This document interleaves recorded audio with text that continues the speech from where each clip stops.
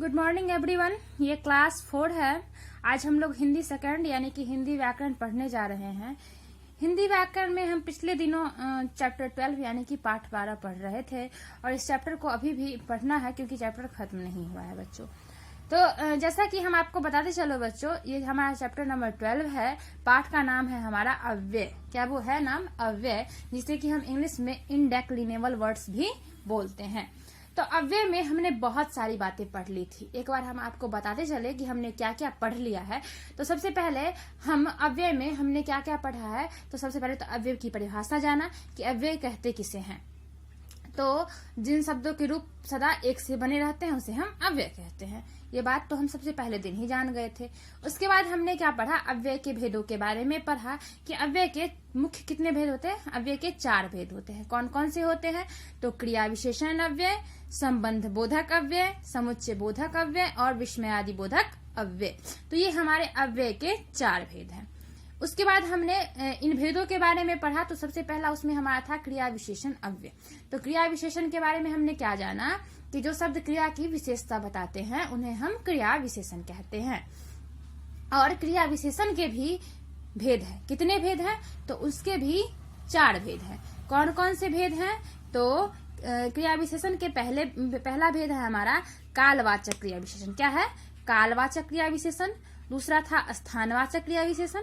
तीसरा था परिमाणवाचक क्रिया विशेषण और चौथा था हमारा रीतिवाचक क्रिया विशेषण। हमने बारी बारी से चारों क्रिया विशेषण के बारे में आपको अच्छे से समझा दिया था बच्चों। यानी कि ये सारे कालवाचक क्रिया विशेषण में क्या होता है? तो क्रिया के काल संबंधी विशेषता बताते हैं, उन्हें कालवाचक क्रिया विशेषण कहते हैं। अगर क्रिया की स्थान संबंधी विशेषता बताते हैं तो स्थानवाचक क्रिया विशेषण कहलाते हैं। क्रिया के परिमाण संबंधी विशेषता यानी कि परिमाण कहने का मतलब क्या? उनकी मात्रा संबंधी क्रिया विशेषता बताते हैं किसी क्रिया की, तो उसे हम परिमाणवाचक क्रिया विशेषण बोलते हैं। और अंतिम था हमारा रीतिवाचक क्रिया विशेषण। तो यानी कि जो क्रिया की रीति यानी कि ढंग, रीति यानी कि ढंग संबंधी विशेषता बताते हैं उन्हें रीतिवाचक क्रिया विशेषण कहते हैं।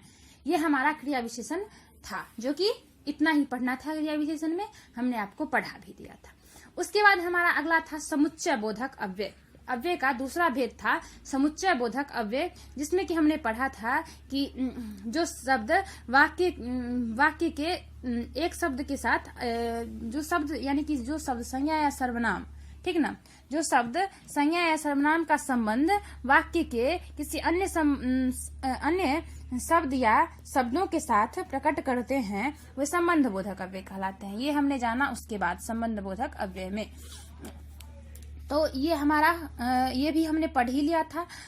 तो उसके बाद हमने बहुत सारे एग्जाम्पल्स यानी कि उदाहरण भी आपको संबंध बोधक अव्यय के बताए थे कि कैसे संबंध को दिखाता है।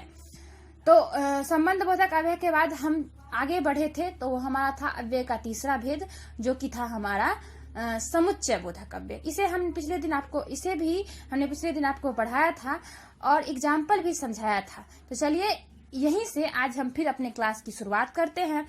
हमने एक बार पीछे की सारी बातों को आपको रिवाइज करवा दिया है ताकि आपको एक बार फिर से अच्छे से सारी बातें याद आ जाए। तो चलिए, ये हमारा आप देख ही रहे हैं कि ये हमारा चैप्टर नंबर 12 है।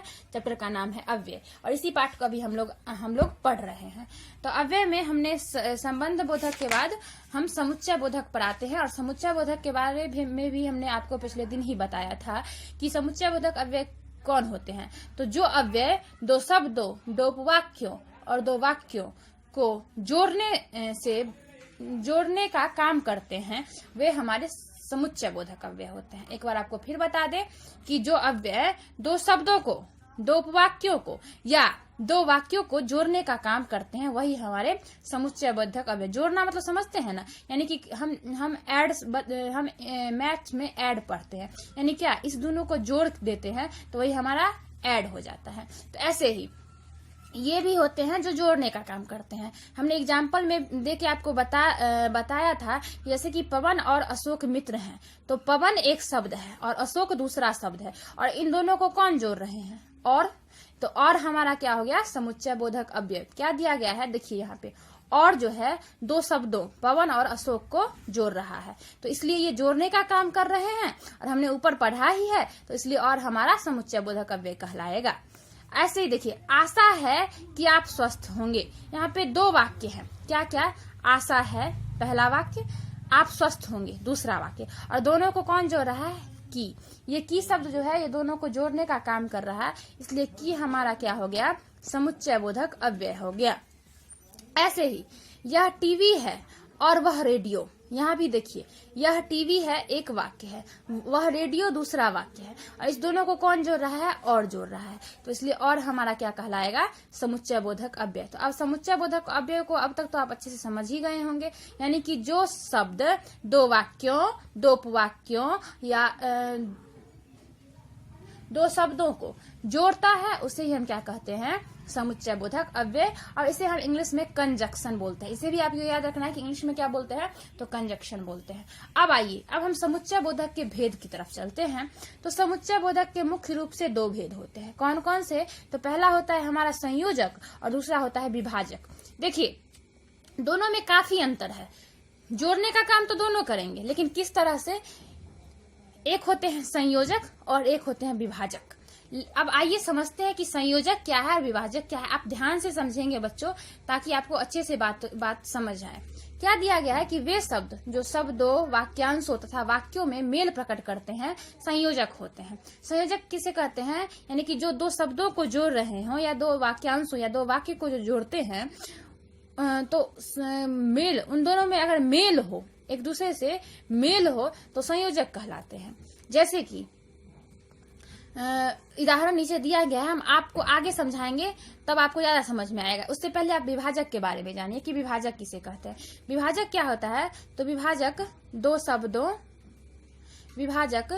शब्दों, दो वाक्यों को जोड़ते भी हैं और उनके अर्थों को अलग भी करते हैं, उन्हें हम विभाजक कहते हैं। यानी कि विभाजक का क्या कार्य होता है, जो दो शब्दों या दो वाक्य को जोड़ते तो हैं लेकिन उनका अर्थ अलग होता है।